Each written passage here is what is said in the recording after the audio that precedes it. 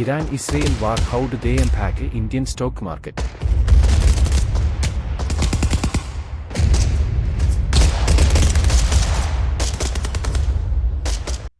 രണ്ടായിരത്തി 24 ഇറാൻ-ഇസ്രായേൽ പ്രോക്സി സംഘർഷം ഇരു രാജ്യങ്ങളും തമ്മിലുള്ള നേരിട്ടുള്ള സംഘട്ടനത്തിലേക്ക് നീങ്ങി. ഏപ്രിൽ 1 ഇസ്രായേൽ ഡമാസ്കസിലെ ഇറാനിയൻ കോൺസുലേറ്റിന് നേരെ ബോംബെറിഞ്ഞു, നിരവധി മുതിർന്ന ഇറാനിയൻ ഉദ്യോഗസ്ഥരെ കൊന്നു. മറുപടിയായി ഏപ്രിൽ 13 ഇറാനും അതിന്റെ പ്രോക്സികളും ഇസ്രായേലിനുള്ളിൽ ആക്രമണം നടത്തി.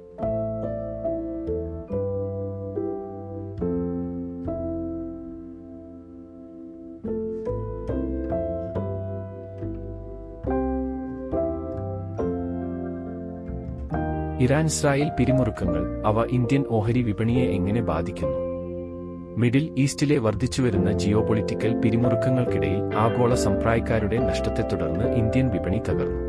ഇറാനും ഇസ്രായേലും തമ്മിലുള്ള സംഘർഷം രൂക്ഷമാകുന്നത് ഗുരുതരമായ സംഭവവികാസമാണ്. അത് എണ്ണവിലയെ പ്രതികൂലമായി ബാധിക്കും.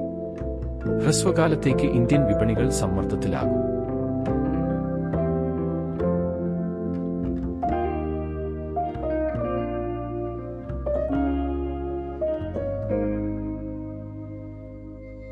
ഇന്ത്യൻ ഓഹരി വിപണിയെ ബാധിച്ചേക്കാവുന്ന ഇറാൻ-ഇസ്രായേൽ സംഘർഷങ്ങളെ ചുറ്റിപ്പറ്റിയുള്ള ആശങ്കകൾ. നിക്ഷേപകർ ശ്രദ്ധിക്കേണ്ട പ്രധാന തലങ്ങൾ എന്തൊക്കെയാണ്?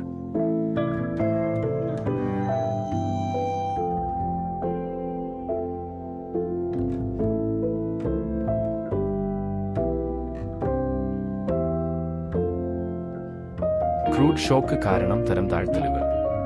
ഒപെക്കിൽ ക്രൂഡ് ഓയിൽ ഉൽപ്പാദിപ്പിക്കുന്ന മൂന്നാമത്തെ വലിയ രാജ്യമാണ് ഇറാൻ.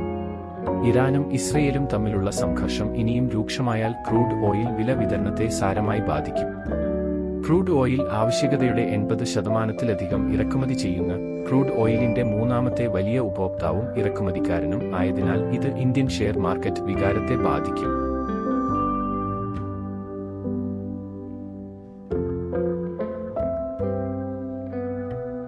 നിരക്ക് വെട്ടിക്കുറച്ച പ്രതീക്ഷകൾക്ക് തിരിച്ചടി. ആഗോളതലത്തിൽ ഭൗമരാഷ്ട്രീയ പിരിമുറുക്കം മൂലം പണപ്പെരുപ്പം ഉയർന്ന നിലയിൽ തുടരും. കാരണം ഇത് ക്രൂഡ് ഓയിൽ വിലയും ചെമ്പ്, സിങ്ക്, അലുമിനിയം, നിക്കൽ തുടങ്ങിയ മറ്റ് ചരക്ക് വിലകളെയും ബാധിക്കും. ഇത് വിപണി വികാരത്തെ സ്വാധീനിക്കും. ഇക്വിറ്റികൾ പോലുള്ള ഉയർന്ന അപകടസാധ്യതയുള്ള ആസ്തികളിൽ നിക്ഷേപിക്കുന്ന നിക്ഷേപകർ നിരാശരാവുകയും ചെയ്യും. ബോണ്ട് വരുമാനം ഉയർന്ന നിലയിൽ തുടരുകയും അത് വിദേശ മൂലധന ഒഴുക്ക് വർദ്ധിപ്പിക്കുകയും ചെയ്യും.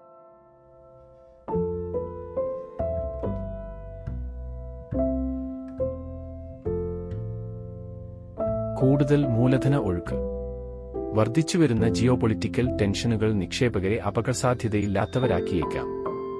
ഇന്ത്യൻ ഓഹരി വിപണി ഇതിനകം പ്രീമിയം മൂല്യനിർണ്ണയത്തിലായതിനാൽ വിപണിയിൽ നിന്ന് കൂടുതൽ മൂലധനം പുറത്തേക്ക് ഒഴുകുമെന്നാണ് ഇതിനർത്ഥം. ഇറക്കുമതി-കയറ്റുമതി അസന്തുലിതാവസ്ഥ കാരണം രൂപയ്ക്ക് പുതിയ താഴ്ചയുണ്ടാകാം. ജിയോപൊളിറ്റിക്കൽ ടെൻഷനുകൾ ആഗോളതലത്തിൽ വിതരണ ശൃംഖലയെ തടസ്സപ്പെടുത്തിയേക്കാം. ഇത് ഇറക്കുമതി-കയറ്റുമതി സന്തുലിതാവസ്ഥയെ വികലമാക്കും. ഇത് ഇന്ത്യൻ രൂപയെ സമ്മർദ്ദത്തിലാക്കുകയും പുതിയ താഴ്ചയിലേക്ക് വലിച്ചിടുകയും ചെയ്യും. ദുർബലമായ കറൻസി അർത്ഥമാക്കുന്നത് ഉയർന്ന പണപ്പെരുപ്പം, കൂടുതൽ മൂലധന ഒഴുക്ക്, ചെലവേറിയ ഇറക്കുമതി, ആഭ്യന്തര കമ്പനികൾക്ക് കുറഞ്ഞ ലാഭം.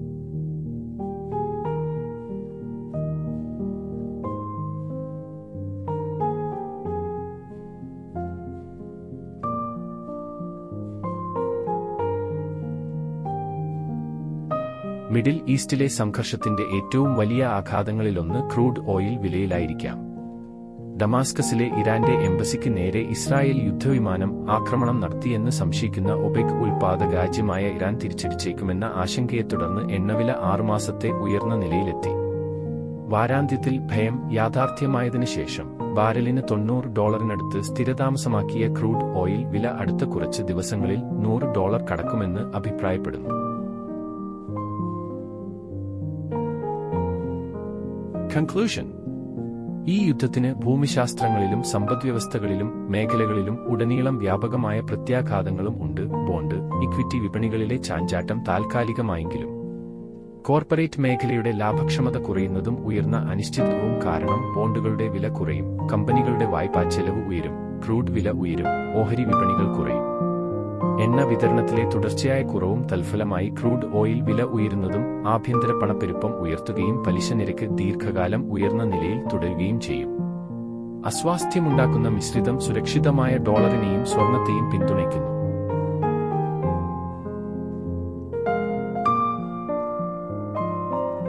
Thank you.